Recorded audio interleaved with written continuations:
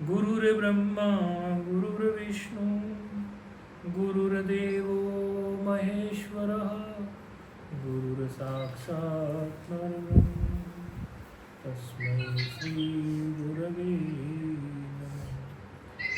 ज्ञानमूलं गुरोर्मूर्ति पूजामूलं गुरोर्पदं मन्त्रमूलं गुरोर्वाक्यं मोक्षमूलं गुरोर्कृपा। अखण्डमण्डलाकारं व्याप्तं येन चराचरं तत्पदं दर्शितं येन तस्मै श्रीगुरवे नमः। त्वमेव माता च पिता त्वमेव बन्धु च सखा त्वमेव।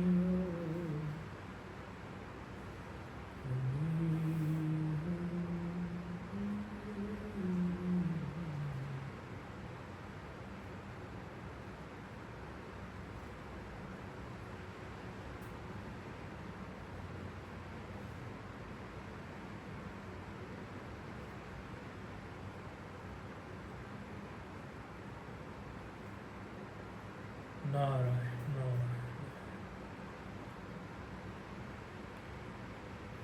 1 मिनट थोड़ा कीर्तन कर लेंगे, उसके बाद जारी करेंगे। भगवान का नाम आदि में हो, मध्य में हो, अंत में हो। कलयुग में कीर्तन की महिमा अपार है। नियम संयम अपनी जगह है, कीर्तन अपनी जगह है। श्री कृष्ण गोविंद हरे मुरारी, हे नाथ नारायण वासुदेवा। श्री कृष्ण गोविंद हरे मुरारी, हे नाथ नारायण वासुदेवा। श्री कृष्ण गोविंद हरे मुरारी, हे नाथ नारायण वासुदेवा। श्री कृष्ण गोविंद हरे मुरारी, हे नाथ नारायण वासुदेवा। एक तुम ही बंधु सखा हमारे, हे नाथ नारायण वासुदेवा। श्री कृष्ण गोविंद हरे मुरारी, हे नाथ नारायण वासुदेवा। श्री कृष्ण गोविंद हरे मुरारी, हे नाथ नारायण वासुदेवा। आपका म्यूट हो रहा है। अभी तक म्यूट ही था। आप लोग सुन नहीं पा रहे थे, म्यूट ही था अभी तक।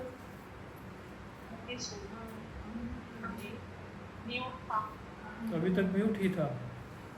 अच्छा, चलो। श्री कृष्ण गोविंद हरे मुरारी, हे नाथ नारायण वासुदेवा। श्री कृष्ण गोविंद हरे मुरारी, हे नाथ नारायण वासुदेवा। श्री कृष्ण गोविंद हरे मुरारी, हे नाथ नारायण वासुदेवा। श्री कृष्ण गोविंद हरे मुरारी, हे नाथ नारायण वासुदेवा।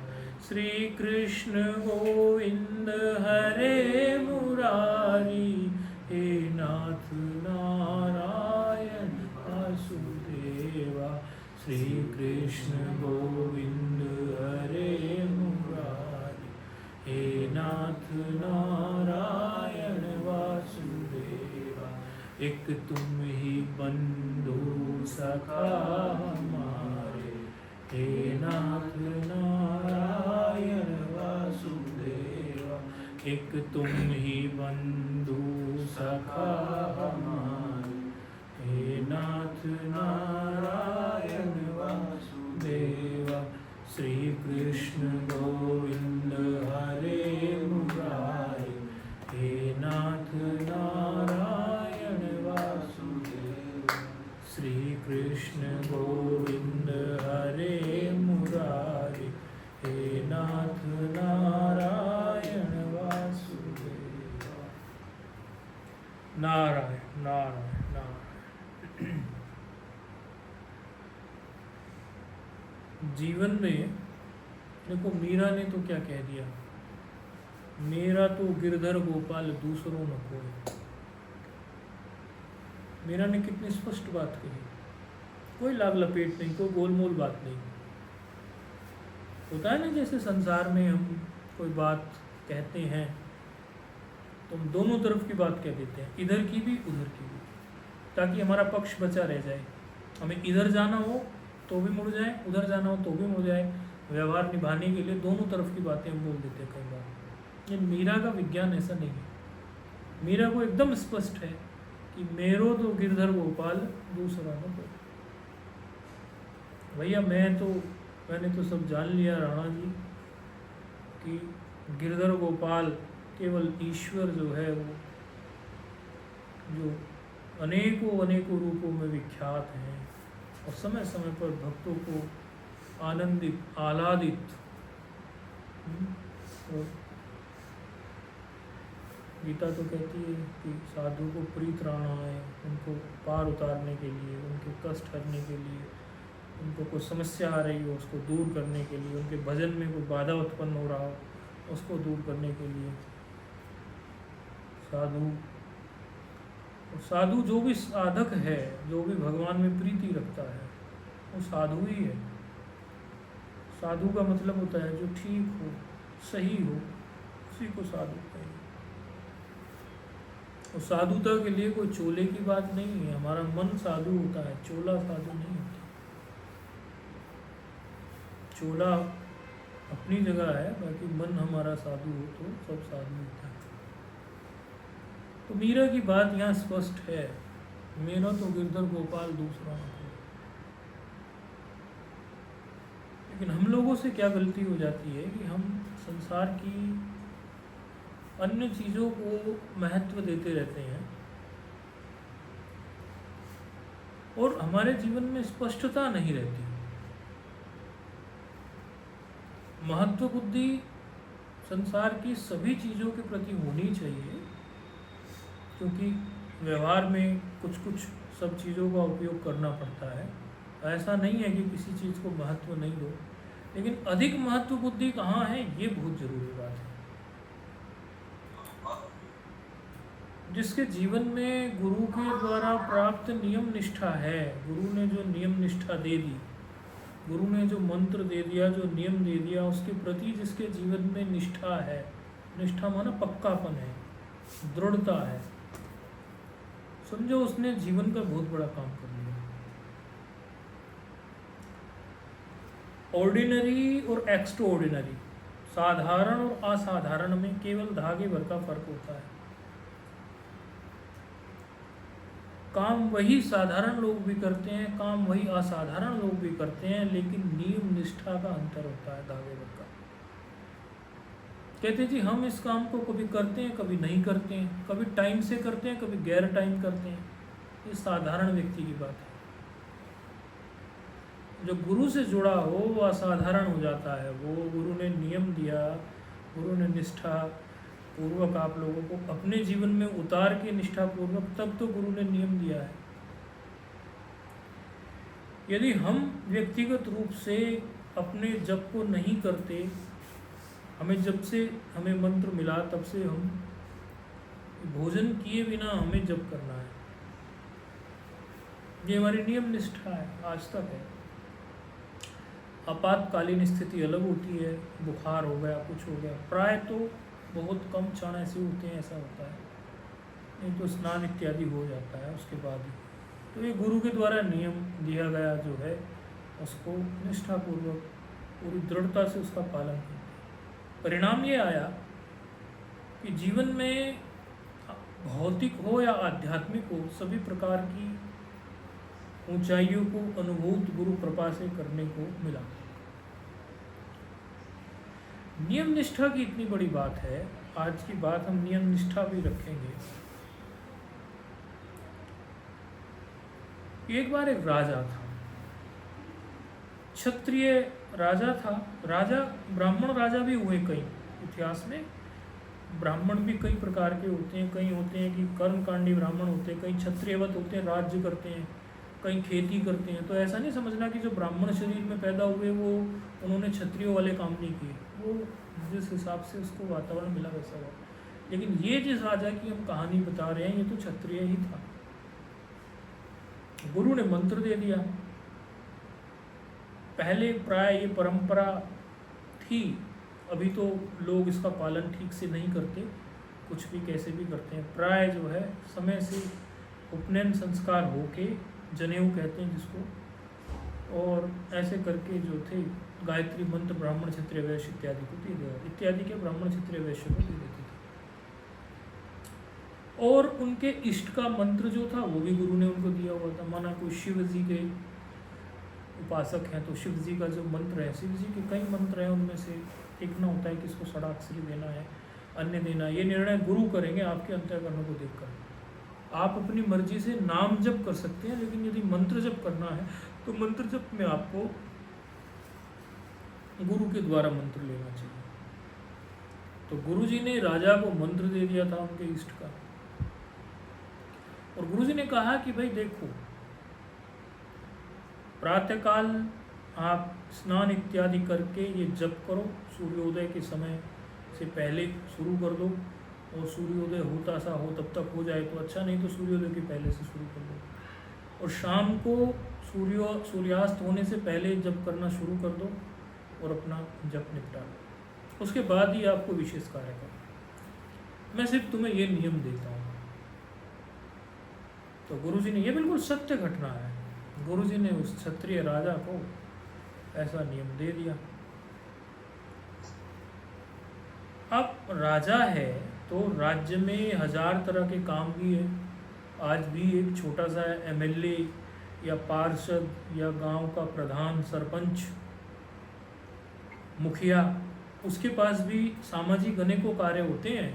तो एक राजा के पास तो राष्ट्र है, बहुत बड़ा देश है, बहुत बड़ा राज्य है, अनेकों उसके पास कार्य होते थे। नियम निष्ठा में कभी नीचे नहीं हुए, हमेशा अपना जप समय से करते रहे। अपने मंत्रियों से कह दिया, सुनो मेरी बात, जब मैं नियम करूं, जब मैं बैठ जाऊं अपने जप में, तो मुझे कोई कुछ नहीं बताना। मैं अपने जप में बैठ गया तो बैठ गया, मुझे कुछ नहीं बताना। एक बार ऐसा हुआ कि राजा जी शाम को जप करने संध्या में बैठे, और पता नहीं शत्रु को इस बात की भनक थी या ये कोई एक संयोग था, इत्तेफाक था। उसी समय जो है शत्रु राजा ने, जब वो संध्या में बैठे शाम की, हमला कर दिया राज्य पर।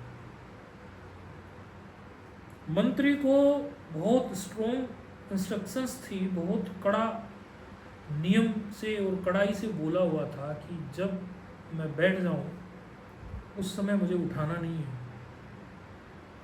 उठा नहीं सकता था, बोल नहीं सकता था, तो द्वार के अंदर घुस नहीं सकता था जहाँ बैठ के राजा अपना एक पूजा का स्थान एक अच्छा बनाया हुआ था, कक्ष। और बड़े चिंतित हो गया, अपनी सेना इकट्ठी करने लगा कि चलो मैं कुछ करूं, लेकिन इतनी जल्दी वो सेना इकट्ठी कर पाता ये भी संभव नहीं था, क्योंकि एकदम अचानक उसने हमला किया। तो रणनीति तैयार करने में भी समय लग जाता है, कई बार मिनटों का हेरफेर हो जाता है। तो डिसीजन राजा तो लेता, मंत्री शायद नहीं ले पा रहा था ऐसे, और राजा बड़ा चिंतित हो गया। राजा नहीं, मंत्री बड़ा चिंतित हो गया। राजा तो संध्या में बैठे हुए थे, और मंत्री बड़े चिंतित हो गए कि अरे अब क्या होगा। इन्होंने सेना तैयार करके जैसे ही पहुंचे, तो उसके पहले पहुंचने के पहले उन्होंने देखा कि जिस हिसाब से यहाँ हमला हुआ है हमारे राज्य में, उस हिसाब से तो अब 15, 20, 30, 40 मिनट हो चुकी हैं हमला करते हुए, इनको घुसे हुए, हमारे राज्य में घुसे हुए। उस हिसाब से तो ये हमारा बहुत नुकसान कर देते। अभी तक तो हमारे आधे चौथाई राज्य को कब्जे में ले लेते, क्योंकि हम तो तैयार ही नहीं थे। और ये तो जस के तस जहाँ के तहाँ ही खड़े हुए हैं। जहाँ से इन्होंने एंट्री ली, ये तो वहीं खड़े हुए हैं, अंदर घुस क्यों नहीं रहे हैं? राजा का थोड़ी देर में नियम पूरा हुआ तो एकदम पता चला, अरे ऐसा है। तो राजा ने एकदम तैयारी करके हमला करा दिया, उसको शत्रु राजा को बंदी बनवा दिया। तो ये जो संध्या करने वाला गुरु ने जो नियम दिया था, उसने शत्रु राजा को बंदी बना दिया। तो जब बंदी बनाया तब शत्रु राजा से ये पूछा मंत्री ने कि हम तो हमले के लिए तैयार नहीं थे और 15, 20 मिनट, 30 मिनट हमें तैयारी में लगे, तो आप अंदर राज्य में घुसकर हमारा चौथाई या आधा राज्य तो ले सकते थे। आपके पास सेना थी, हमारी तैयारी नहीं थी। सेना तो हमारे पास भी थी, लेकिन हम रणनीति नहीं बना पाए क्योंकि हमारे राजा किसी कार्य में व्यस्त थे। कहने लगे कि कोई एक बागंबरी, कोई एक ऐसे ऐसे रूप वाला, उन्होंने पूरा रूप बताया। वो रूप भगवान शंकर का बनता है, बिल्कुल ऐसा रूप बताया, भगवान शिव जी का ऐसा रूप बनता है।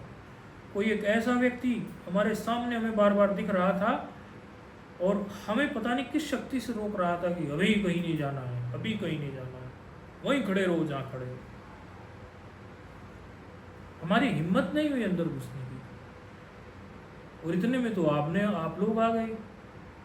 तो देखो भगवान किस प्रकार जो है वो भगवान के लिए लगे हुए हैं।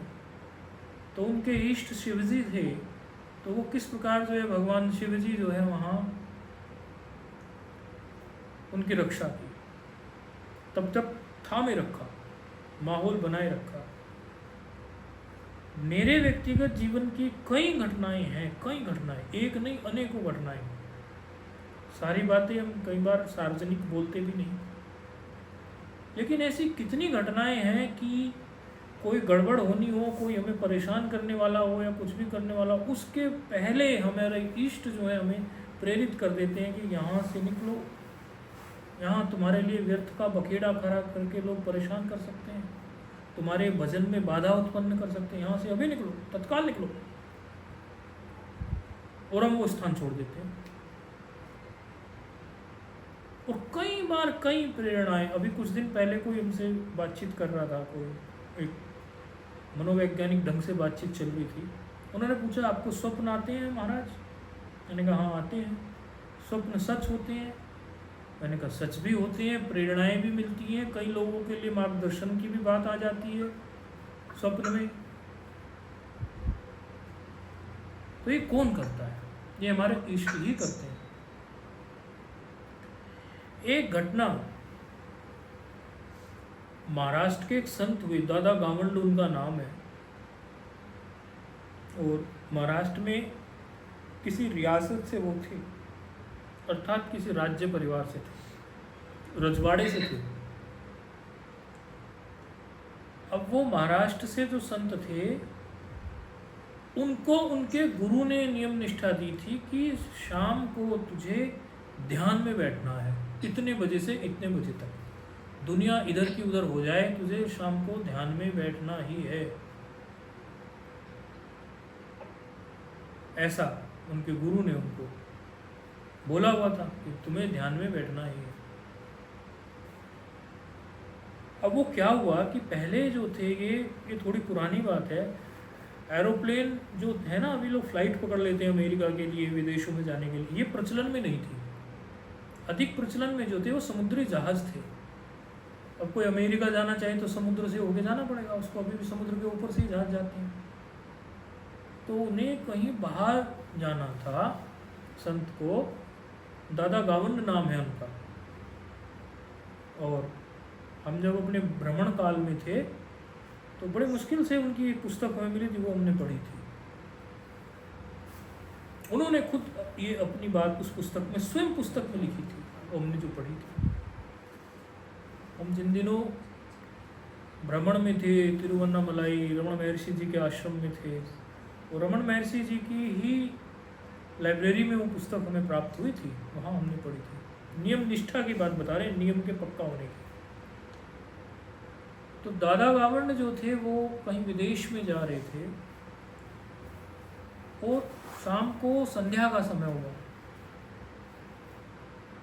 संध्या के समय उन्होंने तो अपना नियम बना रखा था, अब समुद्री जहाज में भी कमरे होते हैं, अपने कमरे में चले गए वो जब करने के लिए। तो बैठने वाले थे, इतनी देर में जो कैप्टन था शिप का, समुद्री जहाज का जो कैप्टन था, शिप का जो कैप्टन था, वो कैप्टन बोला कि साहब समुद्री में जो है भारी तूफान आने का अभी माहौल बन गया है, और बहुत तूफान आ रहा है। आपको महसूस ना हो, हम लोगों को महसूस हो रहा है, बहुत तूफान है और हम कुछ नहीं कर सकते, बुरा हाल है।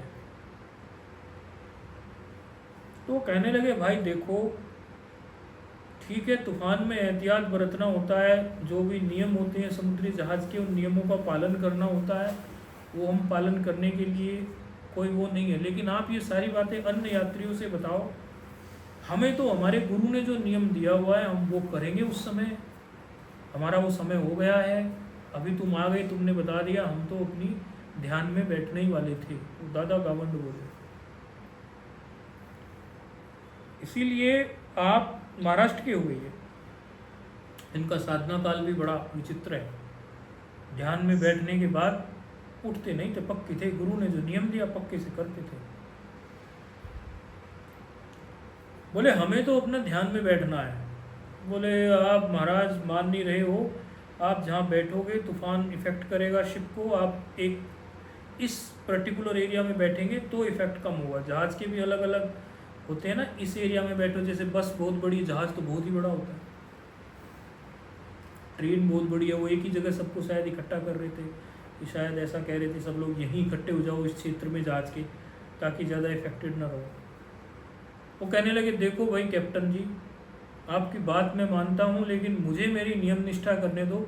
एक काम कर दो, मैं कमरे में बैठता हूँ, वो मेरी तरफ से आप मुझसे लिखवा के ले जाओ कागज़ पे, आप पर कोई आँच नहीं आएगी कि आपने यात्रियों की रक्षा नहीं की, आपने यात्रियों के साथ जो है तूफान आने की स्थिति में क्या एहतियात बरता। इस प्रकार के जो बाद में आप पर नियम लगने वाले हैं वो नहीं लगेंगे, कागज़ पे लिख के ले जाओ मेरे से, साइन करवा के। इतना भर कर दो कि मैं जिस कमरे में बैठ रहा हूँ उसकी कुंडी बाहर से लगा दो, था तो उसमें जो भी लोग था वो लगा दो। लैच ऐसी होती हैं वो समुद्र के, तो दरवाजे भी बड़े मजबूत होते हैं समुद्री जहाज़ के, तो ऐसे चलते हैं। अभी भी पुराने जहाज़ों के दरवाजे बिकते हैं ना, पुराने जहाज़ों के, आजकल पुराने जहाज़ों के दरवाजे और सामान बहुत बेचते हैं कई लोग ला के।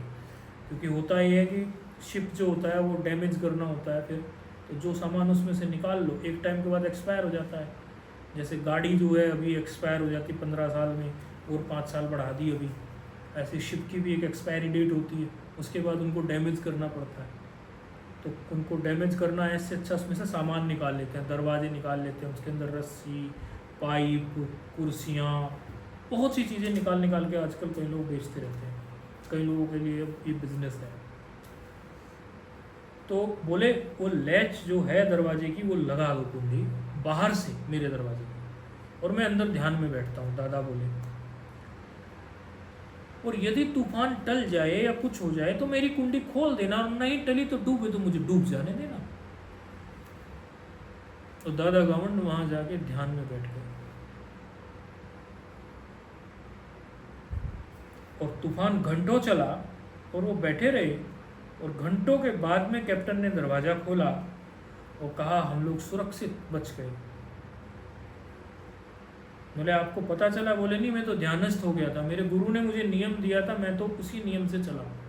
मुझे गुरुजी ने जो ध्यान करने की पद्धति सिखाई थी, मैं उसी पद्धति से ध्यान करता रहा। अब कैप्टन को ये बात समझ में नहीं आएगी, लेकिन मैं ये बात समझता हूँ। वो एक व्यक्ति वहाँ गुरु की नियम निष्ठा पाल रहे थे, नियम पाल रहे थे, गुरु के द्वारा दिए गए ध्यान को, मंत्र को जप रहे थे, उससे सारे जहाज की रक्षा हुई। वो खुद नहीं बचे, उन्होंने पूरे जहाज को बचा लिया। नियम निष्ठा में इतनी शक्ति है कि आप यदि रोज ये निर्धारण कर लें कि मुझे इतनी माला करके ही सोना है, इतना नाम जप करके ही सोना है। जिन लोगों ने मंत्र लिया हुआ है वो मंत्र की माला, और जिन लोगों ने मंत्र नहीं लिया हुआ वो नाम जप सकते हैं किसी भी इष्ट का, जो उनके इष्ट हो। कृष्ण इष्ट है तो कृष्ण कृष्ण, शिव इष्ट है तो शिव शिव।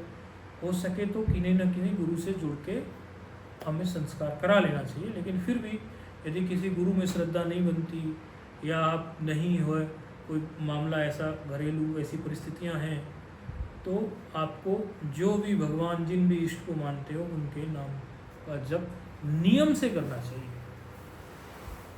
अपने को हल्के में नहीं रखना चाहिए सोच के कि अरे कभी भी किसी भी समय कर लेंगे। वो एक बात है, पूरे दिन करते रहिए, रसोई का कार्य करते रहिए, आप इधर उधर घूमते हुए करते रहिए, खेत का कार्य कर रहे हैं तो करते रहिए।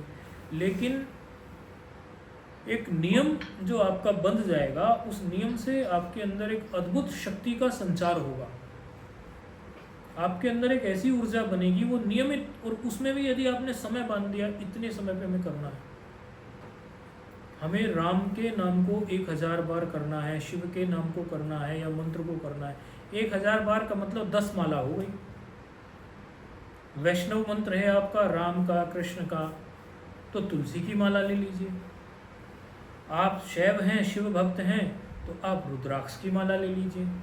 आप शक्ति इत्यादि के उपासक हैं, माँ सरस्वती को उपासना करते हैं अन्य कोई, तो आप स्फटिक ले लीजिए। लेकिन आप एक नियम से प्रतिदिन आपको करना ही है। यदि आपके जीवन में नियम आ जाएगा तो विश्वास करिए, आप 6 महीने, बिल्कुल आज आप इस बात को नोट कर लें, अभी 9:59 हुई हैं, आप 6 महीने तक ये सोच लें कि मुझे रोज़ इतने बजे से इतने बजे तक दुनिया इधर की इधर हो जाए, इतना जप करना है। समय आप अपने हिसाब से चुन लें। हम समय भी नहीं है कह रहे, ये आप लोगों को वो भी कठिनाई होती हो, गर्भग्रस्त में रहते हैं, सबके अपने कार्य होते हैं। हम ये नहीं कहते कि किसी को अनुकूल पड़ता है किसी को नहीं, समय आप अपने हिसाब से चुन लें। लेकिन एक बार यदि आपने समय चुन लिया, फिर उससे आप इधर से उधर नहीं होंगे। फिर कहेंगे आप हम तो यात्रा में होंगे, तो कैसे होगा? तो यात्रा में क्या हो गया? अरे भाई, ये मुसलमान लोग नमाज पढ़ लेते हैं गाड़ी रोककर। अरब कंट्रीज़ में आप जाओगे, गाड़ियाँ बड़ी बड़ी गाड़ियाँ रुक के लोग वहीं नमाज पढ़ने लग जाते हैं, तो समय हुआ।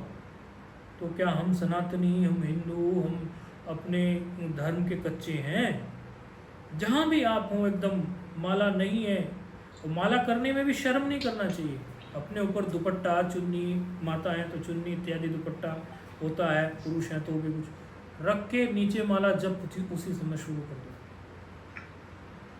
जब नहीं छोड़ो,